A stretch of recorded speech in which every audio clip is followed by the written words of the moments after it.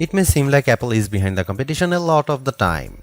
The company appeared to be slow to developments like widgets, bezel-less displays with camera notches and screens with high refresh rates. And with the iPhone 16 Pro, it appears to once again be late to the party, bringing generative AI features and a real button for the camera to its 2024 flagship. But if you will allow me to play therapist for a moment, I think it's not that Apple is slow, I think Apple is cautious, perhaps overly so.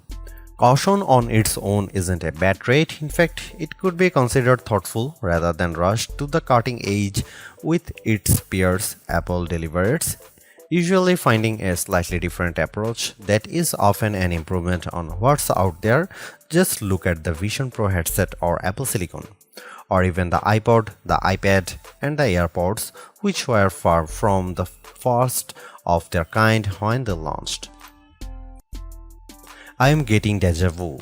Looking back at my review of the iPhone 15 Pro, I see a picture of that phone and its predecessor lined up by side to show just how much thinner the bezels are. Apple has once again trimmed the borders on its flagship phones, but while doing that enabled it to reduce the handset's size in 2023. This year it allowed the company to cram in larger screens without much change in footprint.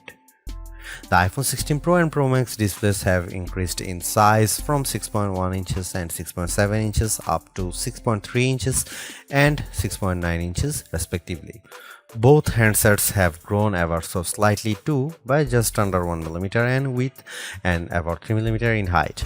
Basically, the iPhone 16 Pro and Pro Max are a hair wider and taller than their predecessors but maintain the same 8.25mm profile, and yet in spite of this minimal change, you won't be able to keep your old cases if you are upgrading from an iPhone 15 Pro to an iPhone 16 Pro.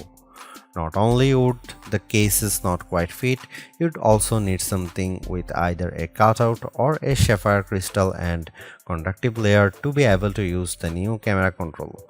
Of course, Apple sells compatible cases, as do some third parties like OtterBox, so you have plenty of options. I have spent most of this year's hardware review season remarking how Samsung and Google's flagships feel like iPhones, and I have now reached a strange inception point. As I have been comparing competing phones for this review, I have been surrounded by about a dozen handsets from all these different companies on my couch, including last year's iPhone, the Galaxy S24 Plus, and the Pixel 9 Pro and Pro XL. Trying to figure out which one is the iPhone has become more confusing than ever, as they all feel similar in build. The best way to verify at a glance is looking at the camera arrays or my wallpaper. All that is to say that the iPhone 16 Pro feels similar to its predecessors, which is what these other companies have been attempting to emulate. Apple would be right to feel flattered by this imitation, and yet I have to wonder if it's time to do something different. Google's Pixel 9 Pro is actually a whole 6 grams lighter than the iPhone 16 Pro at 221 grams, and I'm absolutely smitten by its rich pink hue and shiny edges. Though I like the new golden desert color for the iPhone 16 Pro, I do wish Apple's premium flagship had more fun and vibrant exteriors. That said, I do love the base iPhone 16 in pink, teal, and ultramarine. Arguably, the biggest change to the iPhone 16 lineup, not to mention the iPhone 16 Pro, is the introduction of camera control. This is a button on the right side of the device which has touch and pressure sensors on it to enable greater control with swipes and semi-presses. One of the things this was supposed to do was let you push slightly on the button to trigger focus, similar to what half pressing a DSLR shutter button would do. That function won't be available at launch, so I can't say if it's effective. But by the large, camera control is a very Apple approach to a feature that has been around for years. From phones by Sony and Nokia with dedicated shutter buttons to Android handsets with hardware-based double-click shortcut, the notion of quick access to your camera without having to fudge with The screen is a popular one, for good reason too. I've hated having to swipe or long press the icon on my iPhone's lock screen in the past, and even though I could set the iPhone 15 Pro section button to open the camera, it just wasn't positioned well and I'd have to give up my mute button. So, Apple isn't breaking new ground with its hardware shortcut for a frequently used app, but it does do a few things differently. With the touch sensor, you can swipe on it to tweak things like exposure, zoom levels, and tone, and the half press still works as a way to select options or go back out of menus within the camera control interface. In theory, it's a nice way to make changes in the fly. In reality, there are a few issues and they largely have to do with placement. The button sits a little farther from the base of the phone than I'd like, so my fingers have to reach a bit more to press it, whether I was in landscape or portrait mode. This wasn't usually a problem when I had both hands free and could steady the iPhone with my other hand and readjust my grip. But if you are trying to take a quick shot with just one hand, the button's location can feel unintuitive. Of course, everyone has different finger lengths and ratios, so it's entirely possible that other people find this logical. It also depends on your grip. If you are cradling the bottom of the device in your palm, it's harder to maneuver. If you are covering part of the screen and reaching out for the button head on, it's slightly easier to use camera control. Still, even for those with the strongest claws, swiping and half pressing and double half pressing on the sensor is tricky. I was only ever really able to do that if I had my thumb holding up on the bottom edge and my middle ring and little fingers steadying the right end of the phone. Maybe this is a new camera grip I just need to relearn for this button. The awkward placement is a minor gripe compared to what I found most annoying, the button's touch sensor. Not only was it difficult to swipe through different settings when holding the device with one hand, it also reacts to accidental touches and swipes. Sometimes the phone would slide down my palm and change the exposure or zoom level, completely ruining the vibe. I should point out that you can go into accessibility settings to either tweak or swipe sensitivity or turn it off altogether if it really bothers you. Honestly, if you are planning on making adjustments with camera control, it's best to have time, patience, and both hands free. In those situations, I had a lot of fun editing settings and watching them by reflected in the viewfinder in real time. I also liked zooming in and out of subjects, decomposing a shot and tweaking exposure till I liked what I saw before then pushing down to snap the picture. I especially loved this while recording video since it makes slowly zooming in or out of a subject smoother than using the on-screen slider. Even if you are not a glutton for buttons, there are still some camera updates that might intrigue you. This year's flagships sport what Apple calls a 48-megapixel fusion camera, which has a faster quad-pixel sensor.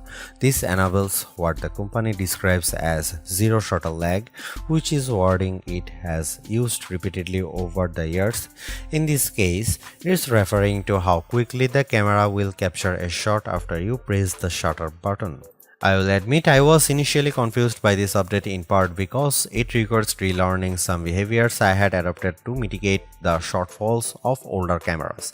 Basically, the iPhone 16 Pro's cameras are now so fast that when I asked someone to throw something so I could capture it in motion to see how still the images were, my shots ended up being of the person holding the object. Our video producer and I were very confused, and it wasn't until the zero shutter lag concept was explained clearer to me that I got it. I had become used to pressing the shutter early since cameras, in my experience, would be fractions of a second slow. Apple has become so fast that it actually captured the literal moment I tapped the button instead of the split second after when the object was in mid-air. Depending on your mood, the new photographic styles can be fun or serious. Apple's tweaked the built-in camera filters to not only offer more options but give you greater control. Due to how the company has refined its processing each year, there is also an improved depth map captured when it detects a face in the scene. This combined with a greater focus on color science around skin tone has led to what might be my favorite new iPhone 16 feature. Whether I shot them in portrait mode or not, photos of people what I took using the iPhone 16 Pro were a dream to edit. Simply switching between the standard, natural, luminous, quiet or ethereal styles already resulted in improvements to be colors and shadows, but I could also tap on each thumbnail to across the new editing touchpad and drag a dot around. This let me more precisely tweak the hues and contrast levels, and an additional slider will let me adjust how warm the image was.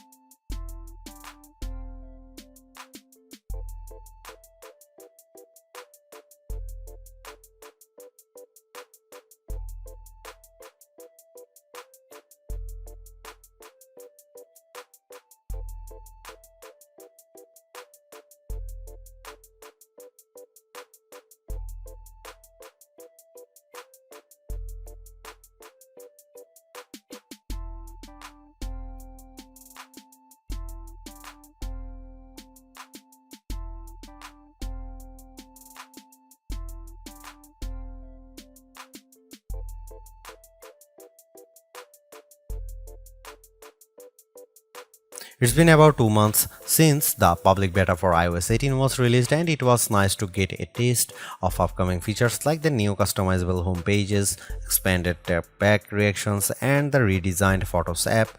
With the iPhone 16 launch, iOS 18 is basically ready for prime time with some caveats. This year, more than ever, it's hard to figure out what's coming to your iPhone and what isn't. With the release of Apple Intelligence slated for October, features like writing tools, cleanup for photos, and the redesigned Siri won't be ready till next month, and even then, your non-Pro iPhone 15 won't be compatible. Plus, some features that were teased at WWDC like Genmoji still haven't been added to the iOS 18.1 developer beta, which is where most Apple Intelligence features have been arriving as a preview for app makers. Within the iPhone 16 lineup too, there are things coming only to the Pro models like multi-layer recording in voice memos. It's confusing and can make choosing your iPhone a trickier decision, but for this review at least, the iPhone 16 Pro and Pro Max are getting everything. I cannot wait to try out multi-track recording in voice memos, and I hope Apple sees this yearning as a sign that it should bring this to more devices. It was nice to get time with iOS 18 even in the absence of Apple Intelligence. Honestly, I'm not even sure I'd like those features that much. In a similar way, Gemini AI was nice on Pixel 9 Pro series but didn't feel like must-haves. Some of the new iOS 18 touches I noticed immediately are the refreshed control center, which took some getting used to as I had to relearn how to swipe back to the home page since there are more pages to scroll through now. I especially enjoyed seeing the new little chat bubble appears on my voice recordings, indicating that a transcript had been generated for them, and though I haven't exchanged messages with Android toting friends yet, I'm glad to see RCS support is finally live this week. Though I was excited for the new custom routes tool in Maps, I struggle to actually create them. You can set your start and end points and have the app close the loop for you, or just tap landmarks or points on the map to get the route to basically connect the dots. Unfortunately, no matter how many times I tried to get the route to cut through a building where I knew a pedestrian walkway existed, maps reinstated me at every turn, forcing the route to go through more established paths instead.